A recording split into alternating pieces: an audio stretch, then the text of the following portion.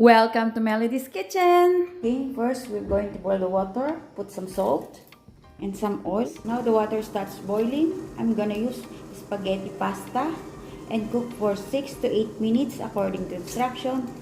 Spaghetti pudding.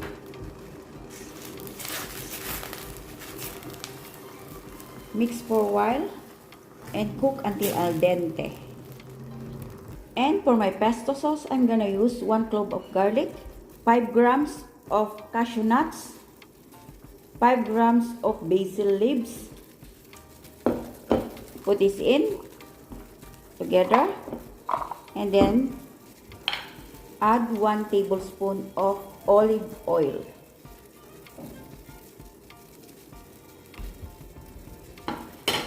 Mix it up.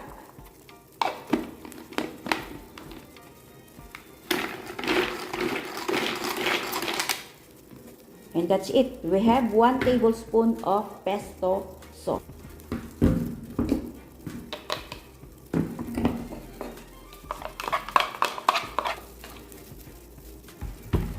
Okay, this is our pesto sauce. Now our pasta is almost done, so I'm gonna cook the sauce or the pesto sauce. Heat a wok or small pan. Put the 1/8 bar of butter.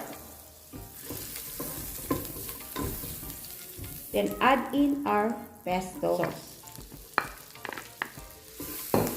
Cook for about 1 minute and it's done. Now let's add in our pasta.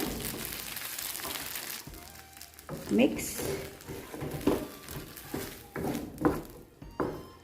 And that's it. Our pesto pasta is done. We're gonna put in the plate.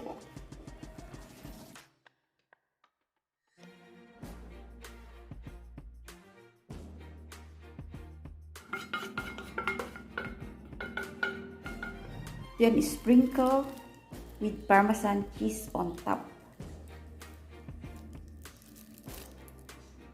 And that's it. This is our 1 serving of pesto pasta.